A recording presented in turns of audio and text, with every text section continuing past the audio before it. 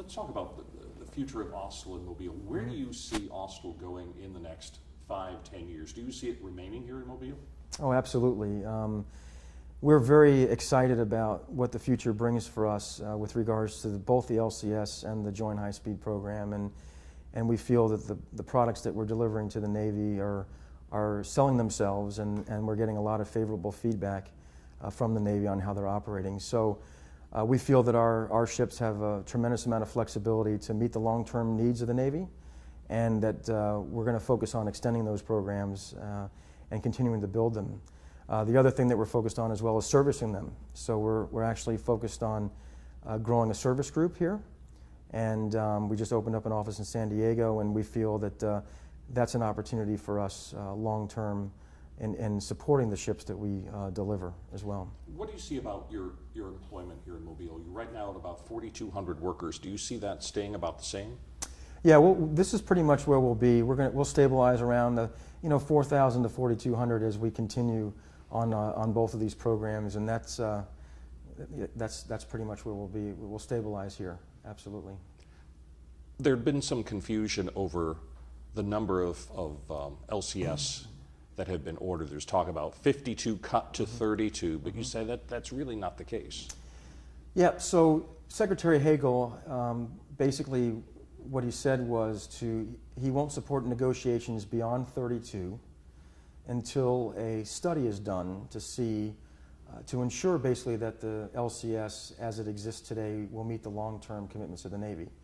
And if not, then what would be done next? Whether it be the existing ship does support it, modify the existing platforms, or go to a whole new ship. Presently though, the Navy shipbuilding plan as we understand it consists of 52 LCSs, or now they're starting to call them small surface combatants. And we believe that we've provided a good support to the small surface combatant study that was done, and it was completed in July. And we feel very confident that we have a product that can meet the needs of the Navy today and has the ability to increase its capability to whatever basically the Navy would like. Do you think the two programs that are built here have inherent flexibility built into them so that no matter what is desired of them in the future, they can be fixed? Yes, basically.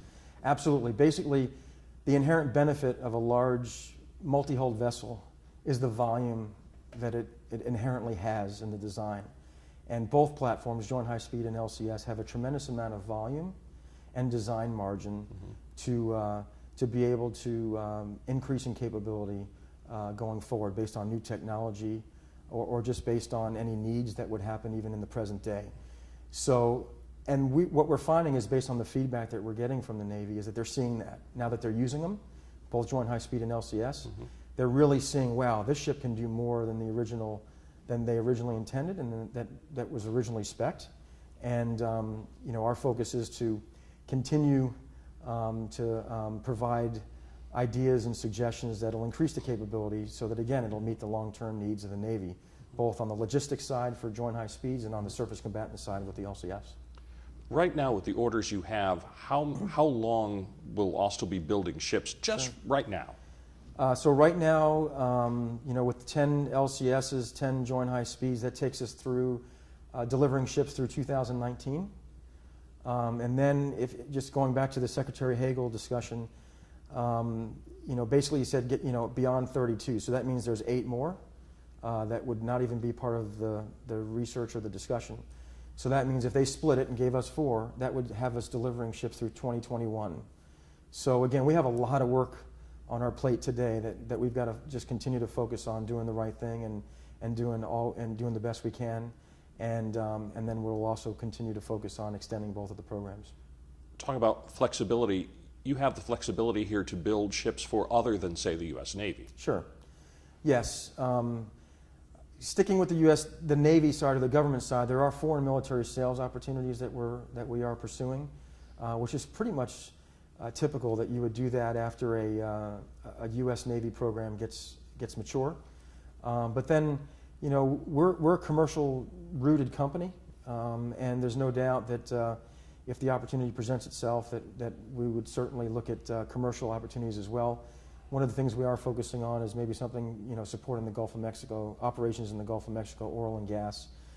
These platforms are very flexible and adaptable to those types of environments as well. So again, we're going to continue to just look at those opportunities, but our focus is extending the joint high speed in LCS.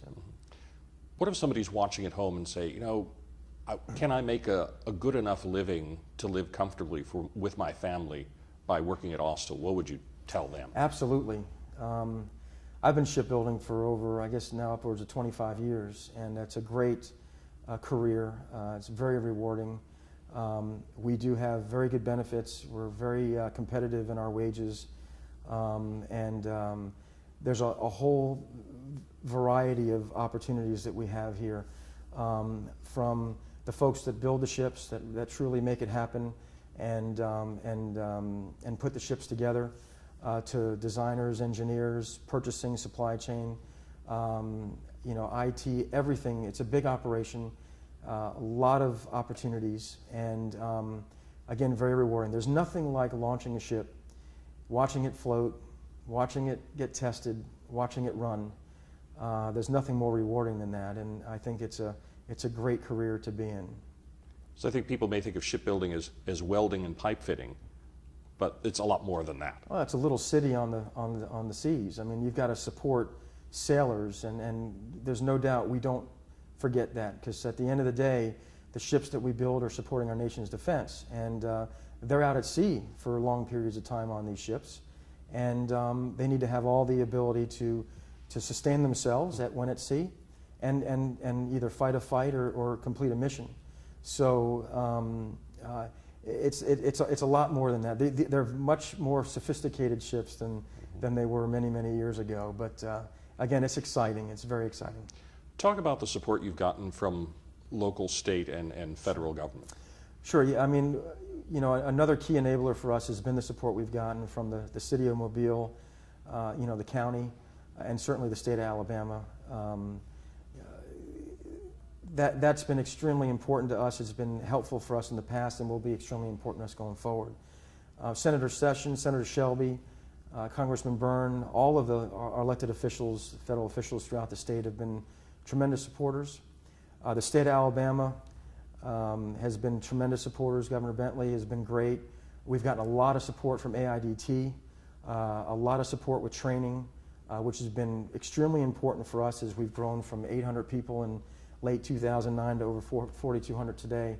And the support that we've gotten from the state on training has been a huge benefit, and quite frankly, a program that other states are now starting to emulate or trying to copy. It's been that successful. And certainly locally, Mayor Stimpson's been great, and all the city council and the county commission. Everybody's been fantastic, and it's truly a public-private partnership. And quite frankly, has been important to get us where we are today, and it'll be very important for us going forward as we continue to move forward.